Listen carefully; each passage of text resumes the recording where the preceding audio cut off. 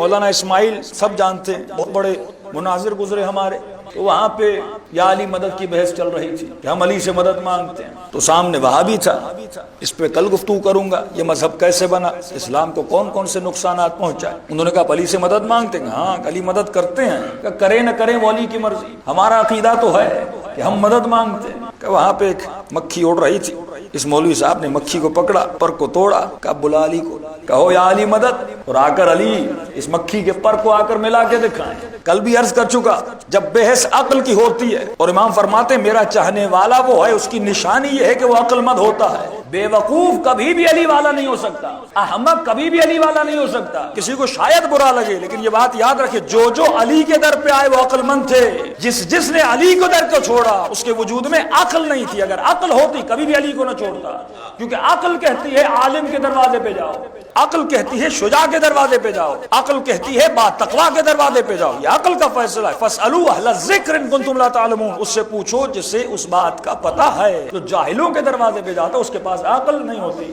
تو جب بھی آپ پہ اٹیک ہوتا ہے، جواب دو طرح کے ہوتے ہیں، ایک ہم کہتے ہیں جواب حلی، ایک جواب نقضی۔ حلی جواب یعنی قرآن سے اعتراض کیا جائے تو جواب قرآن سے ہو، حدیث پہ اٹیک کیا جائے تو جواب حدیث سے ہو، تاریخ سے اٹیک کیا جائے تو جواب تاریخ سے ہو۔ لیکن ایک ہوتا ہے نقضی جواب، اور سب سے کامیاب ترین جواب بھی کون سا ہوتا ہے؟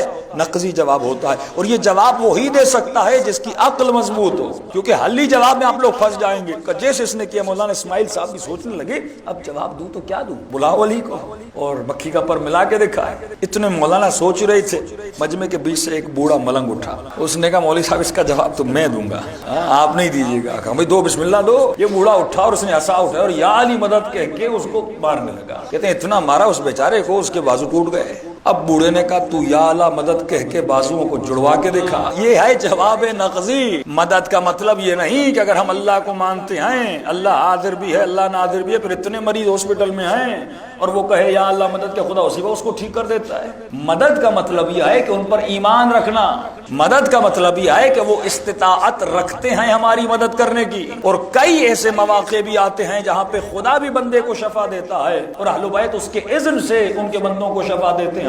اور یہ ہمارا عقیدہ نہیں، یہ قرآن کی آیت میں نے پڑھی کہ قد جاءکم من اللہ نور و کتاب مبین، اللہ کی طرف سے تمہاری ہدایت کے لیے دو چیزیں آئی، ایک کتاب آئی، ایک نور آیا۔ اور تمام تر مسلمان فرماتے ہیں جب نبی خدا معراج پر گئے تو فرمایا معراج پہ جانے اللہ جانے کتنی دیر معراج پر رہے۔ حدیث معراج شیعوں کے پاس بھی ہے، حدیث معراج سنیوں کے پاس بھی ہے۔ فرمایا جب معراج پر گئے، جتنا عرصہ معراج پر گئے، یہ پوری کائنات رکی رہی، وہیں پر تھمی رہی، اس میں کوئی حرکت نہیں تھی، نہ بادل چلتے تھے، نہ ہوائیں چلتی تھی، نہ دریا چلتے تھے، پوری کائنات رکی رہی۔ لیکن جیسے نبی معراج سے واپس آئے، کنڈی نے دوبارہ ہلنا شروع کر دیا، پانی نے دوبارہ بہنا شروع کر دیا۔ تو پھر کسی مسلمان نے پوچھا یا رسول اللہ جتنی دیر آپ معراج پر رہے تھے یہ کائنات رکی ہوئی تھی، اور جب آپ معراج سے واپس آئے کائنات نے سانس لینا شروع کر دیا، اس کی وجہ کیا ہے؟ تو نبی خدا فرماتے ہیں اس کا فلسفہ یہ ہے کہ اے بندہ مومن، اے بندہ خدا، جب تمہارے بدن سے روح نکل جاتی ہے تو بدن رک جاتا ہے، جب بدن میں روح واپس آتی ہے تو بدن کی حرکت پھر شروع ہو جاتی ہے، پھر تو دیکھنا شروع کر دیتا ہے، چلنا شروع کر دیتا ہے۔ فرمایا ہم ہیں روح کائنات، جب کائنات سے چلے جاتے ہیں تو کائنات رک جاتی ہے، جب کائنات میں واپس آتے ہیں پھر کائنات چلنا شروع ہو جاتی ہے۔